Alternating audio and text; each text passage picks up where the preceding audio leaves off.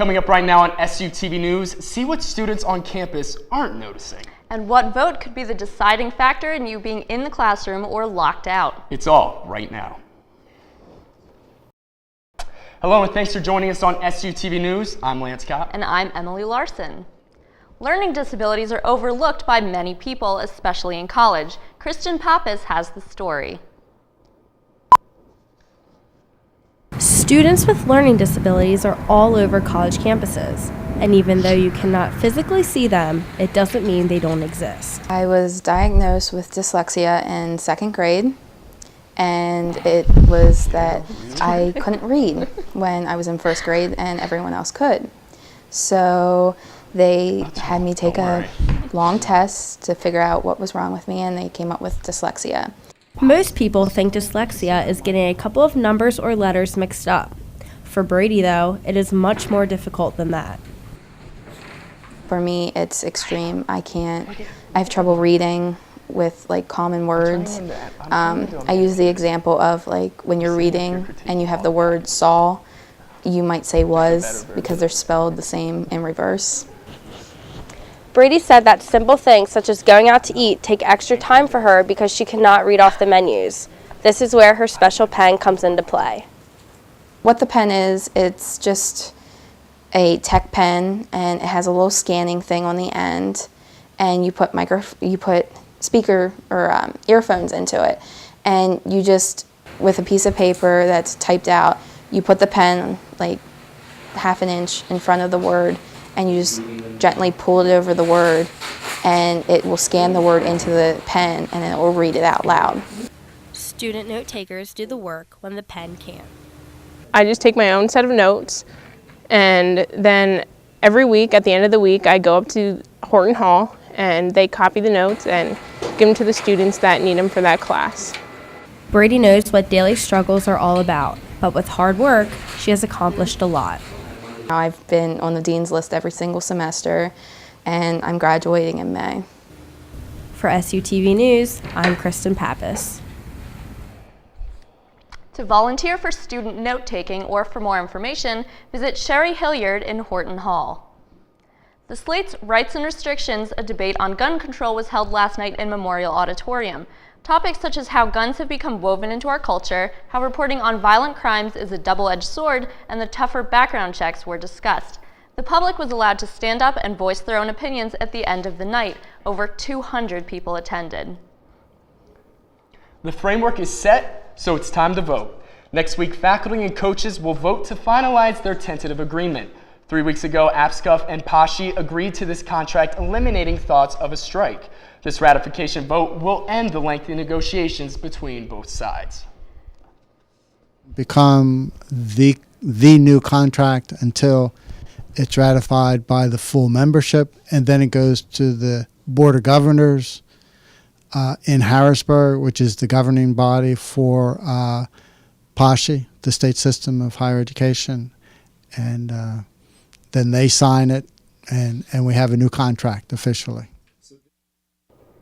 The votes will be counted in Harrisburg on March 8th. Coming up on SUTV News, local restaurant owners have cooked up a recipe of success. And ink might be a deciding factor in securing a job. It's coming up next. Paris Hellman tells us what's to come in this week's edition of The Slate. Thanks, guys. This week's issue will cover the Black History Month speaker Dr. Maul's presentation and the Has Science Buried God discussion in Grove Forum. Also, the Slate would like to thank everyone involved in Rights and Restrictions, a discussion on gun control. The event was a success, drawing in an audience of almost 200 people. As always, follow the Slate on Twitter at @ShipUSlate and like the Slate on Facebook, username theslate-su. And check out all of our stories online at theslateonline.com. Back to you guys. Thanks, Paris. If you missed the discussion, you can check the video online at theslateonline.com. Shippensburg isn't getting any younger, and neither are the houses. Kyle Jurasin has more. Owning a home is a big responsibility. Residents of 150 West Orange Street and 454 East King Street are learning the hard way. Borough Council Manager Earl Parshell has taken notice to the issue. On East King Street, where there's a roof that's falling in, West Orange Street, where a section of the foundation is missing and making the house unsafe. Last week, Council issued a notice allowing residents 30 days to fix the issues or demolish their house.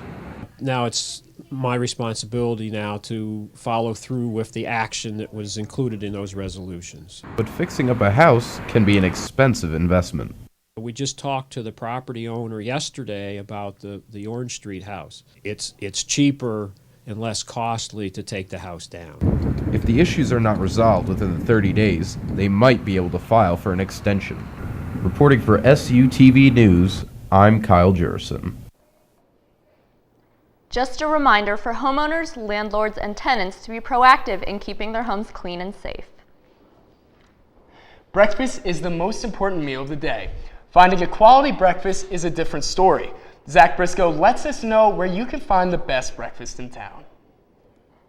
Before and After Cafe, located at 334 East King Street, is owned by Jennifer Phillips and Shannon Shockey. Breakfast. It's the most important meal of the day.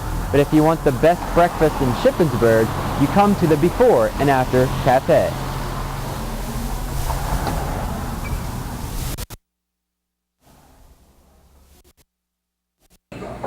About 80% of the employees are Shippensburg University students or graduates. Becoming the best comes with experience.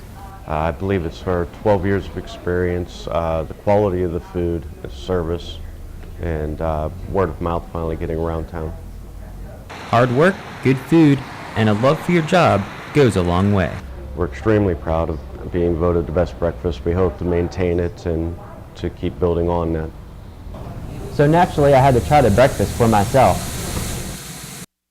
For $6.29, you can get 2 pancakes, 2 pieces of sausage, 2 eggs, and hash browns.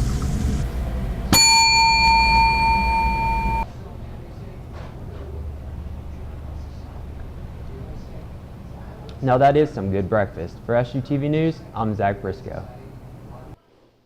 For more information on the Before and After Cafe, contact them at 717-477-8088. Ship Idol continues this coming Tuesday night with the theme British Invasion.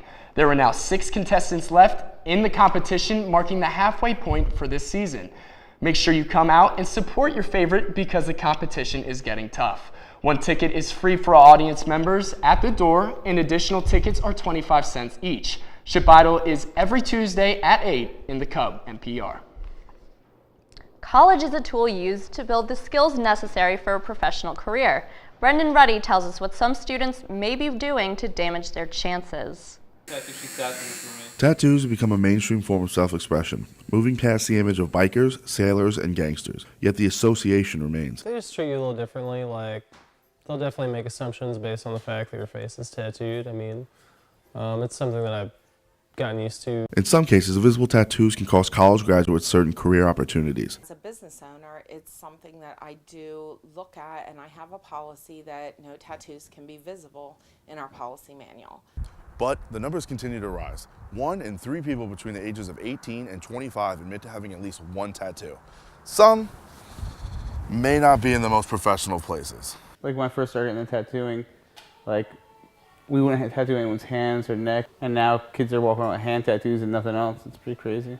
The professional world is run by a strict set of expectations. It's important to me that as a business owner that people are listening to what my employees have to say, what our company represents as far as our values and our core missions, and are not judging the company based on somebody's tattoo. Make sure you know what you want both now and in the future. Be wise about it. Make your decisions. Think about what you're going to get tattooed. Think before you ink. For SUTV News, I'm Brendan Ruddy. Compromising future career opportunities is not the only risk. Health hazards are still a point of concern surrounding tattoos. Allergic reactions, infections, and hepatitis B and C are realistic threats, so be sure to do the research before making a permanent decision. Don't go away, still to come on SUTV News. With the lack of parking on campus, find out what type of transportation isn't being used. And a Zoomathon to help kids in the Dominican Republic. It's all to come and more.